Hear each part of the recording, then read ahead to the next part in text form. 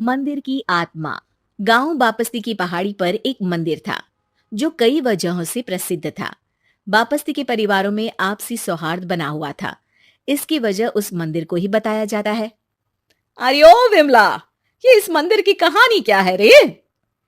अरे ये मंदिर इस गांव के लिए बहुत ही शुभ है। अरे शुभ तो है, तो फिर भी लोग इस मंदिर से दूर क्यों रहते हैं? ये इतना वीरान क्यों रहता है? अरे बड़े बुजुर्ग कहते हैं कि मंदिर में आत्माओं का राज है, जो लोगों की मदद करते हैं लेकिन मंदिर से सभी को दूर भी रखते हैं। अरे ये कैसी आत्मा है जो लोगों की मदद भी करते हैं और लोगों को मंदिर से दूर भी रखते हैं?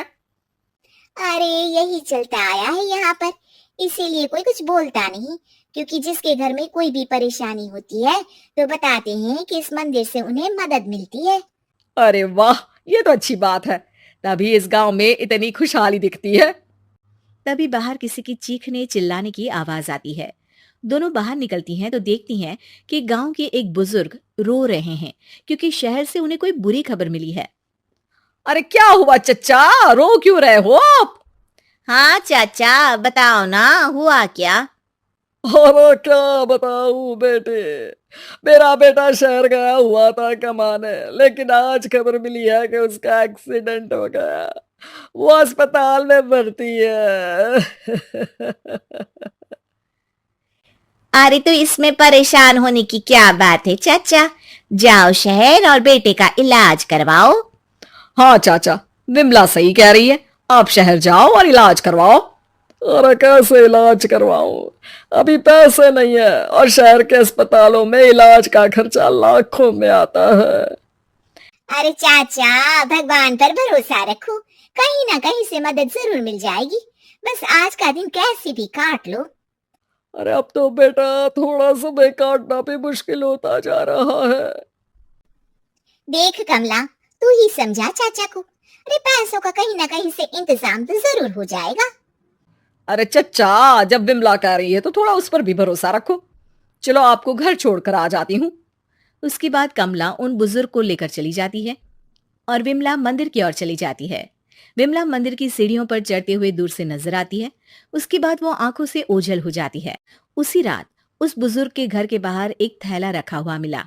बुजुर्ग उस थैले को देखते ही चौंक पड़ा क्योंकि उसमें 5 लाख रुपए रखे हुए थे। वो बुजुर्ग सुबह दौड़ा दौड़ा गांव के दूसरे बुजुर्गों के पास गया।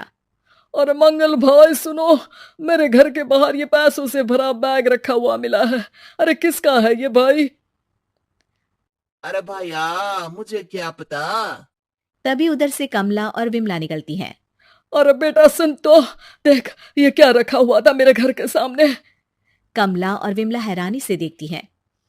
अरे वाह, देख विमला, तूने कहा था ना कि कोई ना कोई मदद जरूर करेगा। अरे भगवान सबकी मदद करते हैं, ये पैसों की मदद भी भगवान ने ही भेजी है। और क्या।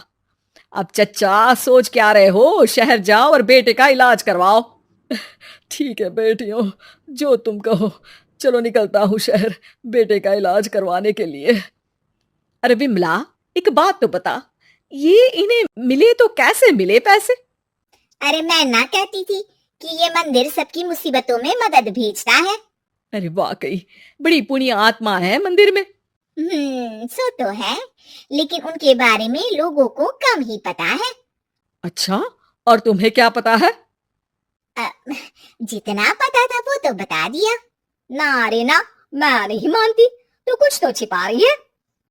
अरे कुछ ना छिपा रही, जो पता था वो बता दिया। मंदिर से लोगों को मदद मिलती है, बस इतना ही पता है। ठीक है बाबा, अब नहीं पूछूंगी। इसके बाद उसी रात कमला चुपचाप अपने कमरे से निकलती है और मंदिर की ओर चल पड़ती है। कमला धीरे धीरे मंदिर के दरवाजे पर पहुंचती है। अंदर से हल्की हल्की रोशनी आ रही थी।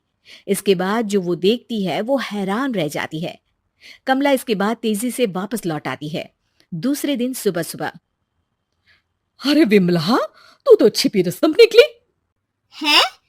ऐसा क्या छिपा लिया मैंने? अरे तूने तो भनक ही नहीं लगने दी और चाचा की मदद भी कर दी। है? ये क्या कह रही हो? ऐसा कैसे कह सकती हो तुम? मैंने कोई मदद नहीं की।